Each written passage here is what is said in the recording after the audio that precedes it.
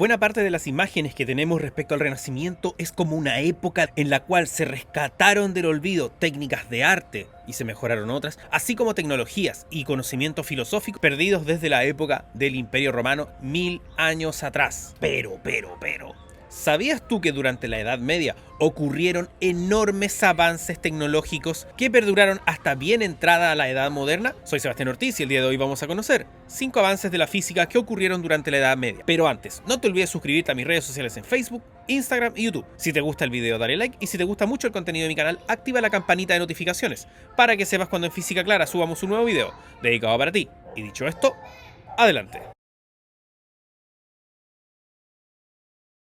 Número 1. Molinos de agua. Estos surgieron por allá por el siglo 8 o 9 en algunas regiones de Europa. Su finalidad era moler grano. Estos molinos de agua, a través de la rueda que se colocaba en el lecho de algún río, al lado de una cascada, etcétera, etcétera, extraían energía que luego se usaba para moler estos granos. De hecho, esta técnica fue tan eficiente que se usaría hasta fines del siglo XIX, cuando llegarían las máquinas de vapor. Incluso más, las primeras máquinas que requirieron de mucha energía, previas a la primera revolución industrial allá por el siglo XVIII, sustentaban su energía en la energía de los molinos de agua. Ahora, como se imaginarán ustedes, esta energía era muy variable porque dependía de cómo cambiaban las corrientes de los ríos, por lo que un molino de agua como fuente de energía podía ser extremadamente vulnerable, ya sea a grandes crecidas o a un río que bajase mucho su caudal producto de una sequía. Como dato adicional, los molinos de agua se usaron en los Países Bajos para drenar los pantanos. Esta técnica se utilizaría incluso hasta la edad contemporánea, a partir de la energía entregada por el agua y mediante una serie de poleas y otros mecanismos más, se impulsaba lo que se conoce como un tornillo de Arquímedes que extraía el agua de estos pantanos. De hecho, esta fue la técnica con la cual se drenaron los pantanos sobre los cuales hoy se sustenta la ciudad de Berlín. Y bueno, posterior a los molinos de agua surgieron los molinos de viento, que son mucho más conocidos. Pero el papi de esta historia es el molino de agua.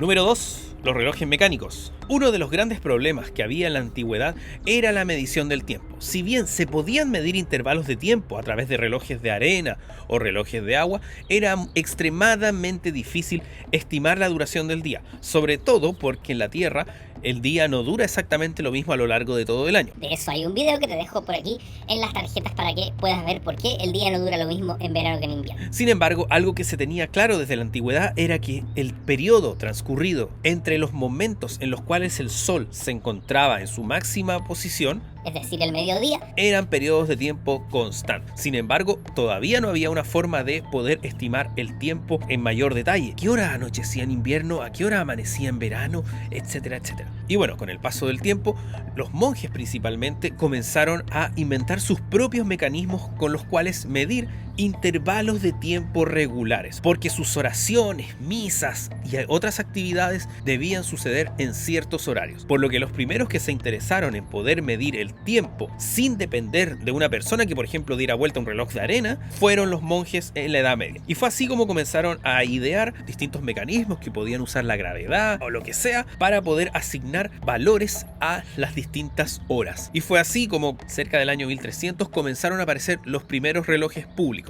Estamos hablando de relojes que eran extremadamente grandes en ciudades italianas como Padua, Pisa, etcétera, etcétera. Y estos relojes se sustentaban en mecanismos que usaban pesos y contrapesos. Y estos contrapesos iban moviendo las agujas, ya sea la aguja minutera o la aguja horaria. Por lo que a partir del siglo XIV, al menos en las ciudades, ya era posible estimar cuál era la hora con mucha precisión. De hecho, para poder indicar qué hora era, se usaban los campanarios de los relojes, que sonaban o cada una hora o cada media hora, dependiendo de lo que el ayuntamiento de cada ciudad determinara. De hecho, esta tecnología fue tan exitosa que el Big Ben, el famoso reloj que está en el Palacio de Westminster, utiliza prácticamente la misma tecnología que se usó en la Edad Media. Número 3. El astrolabio. Uno de los grandes desafíos que tenían los navegantes antiguos era poder calcular hacia dónde dirigir sus barcos o estimar con precisión en qué lugar se encontraban. De hecho, este problema fue tan grande que durante muchos siglos e incluso milenios los navegantes no se alejaban de la costa. Porque si se alejaban de la costa corrían el riesgo de terminar en cualquier parte. A partir de ciertas estrellas de referencia que eran visibles en todo el mundo conocido, el astrolabio te indicaba la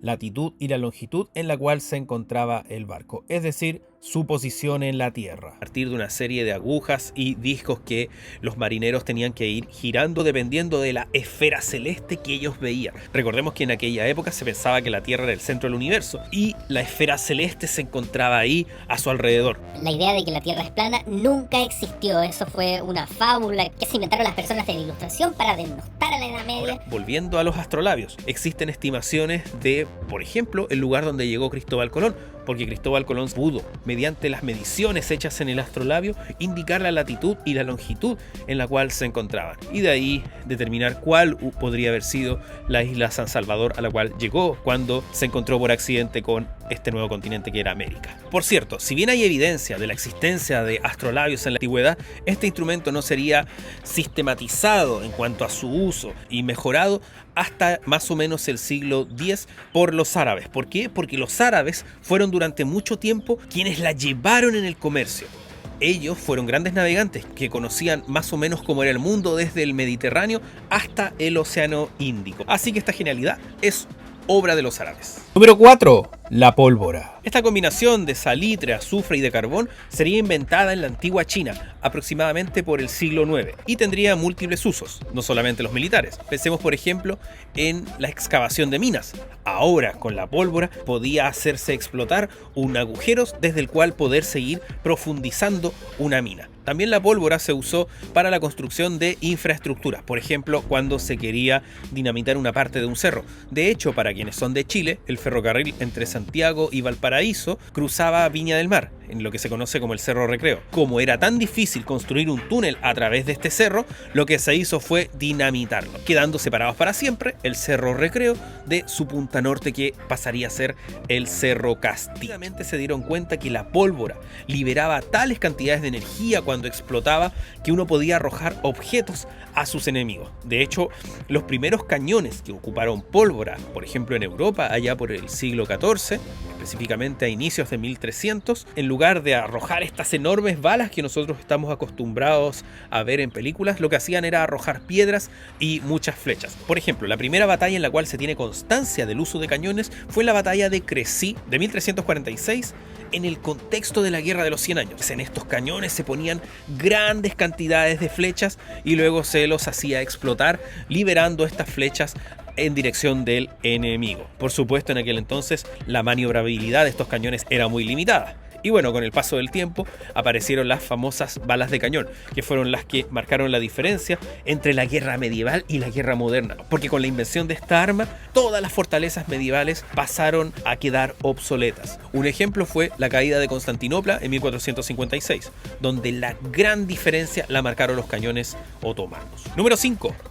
Los lentes. Los lentes son un invento que apareció entre el año 1270 y 1290 en las cristalerías de Venecia, donde se fabricaban los vidrios que luego se usaban en palacios, aunque muy poco de momento, pero sí mucho en las catedrales que comenzaron a construirse, por ejemplo, en la época de las catedrales góticas. Fue en este contexto donde la técnica del trabajo del vidrio se mejoró lo suficiente para poder comenzar a fabricar no solamente vidrios planos, sino también vidrios curvos. Cuando se curvaba la superficie de un vidrio, también se modificaba la forma en la cual uno veía un objeto, y esto tiene que ver con el concepto de foco. En óptica, un foco es el lugar en el cual convergen los rayos de luz. Si a mí me costaba mucho leer un libro, poniéndome un lente con la curvatura adecuada, podría leer el libro, por ejemplo, a esta distancia. Y bueno, como se imaginarán, los lentes en un comienzo eran extremadamente caros, pero con el tiempo, a medida que la tecnología del manejo del vidrio fue mejorando, también fue disminuyendo su precio,